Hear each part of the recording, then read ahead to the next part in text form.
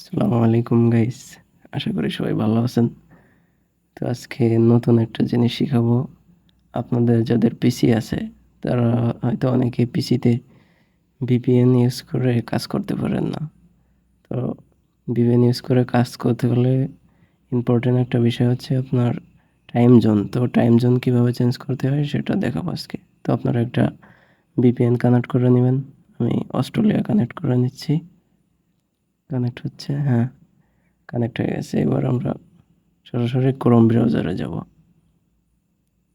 Chrome ব্রাউজারে গিয়ে এখানে লিখব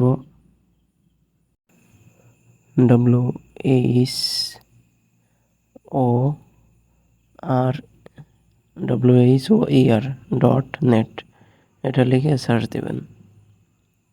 আমি সার্চ দিলাম, এই দেখেন আমার এখানে কিন্তু সব কিছু দেখাচ্ছে।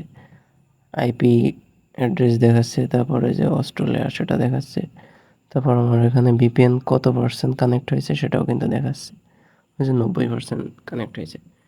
তো এবার আমরা আমাদের যে টাইম জোনটা চেঞ্জ করতে হয় সেটা দেখাবো। তো নিচে চলে যাব আমরা।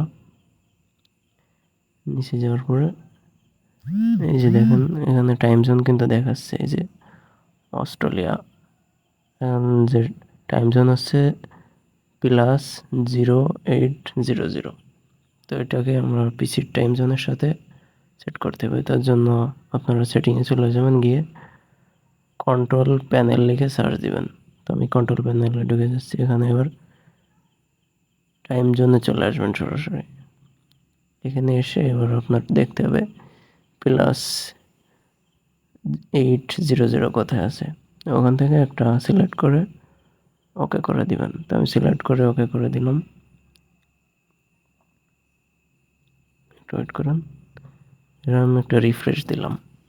দিলে ওই দেখেন ওখানে কিন্তু 100% হয়ে গেছে, মানে আমার আইপিটা 100% হয়ে গেছে। এবার আমি যে কোনো কাজ করব না কেন আমার আর কিন্তু আইপি ধরবে না। এবার আপনারা কাজ করবেন তাহলে দেখবেন আর আইপিতে সমস্যা হবে না। তো এই দেখেন আমার কিন্তু এখানে টাইমও চেঞ্জ হয়ে গেছে, অস্ট্রেলিয়ার টাইম চলে আসছে। এখন কিন্তু বাংলাদেশ টাইম রাত 9টা বাজে, কিন্তু আমার ওখানে কিন্তু অন্য টাইম দেখাচ্ছে। তো আপনারা এভাবে ভিপিএন কানেক্ট করে কাজ করবেন, বাইন্যান্স, বিটগেট যেটাই করেন না কেন, আশা করি ইনশাল্লাহ আইপিতে কোনো সমস্যা হবে না।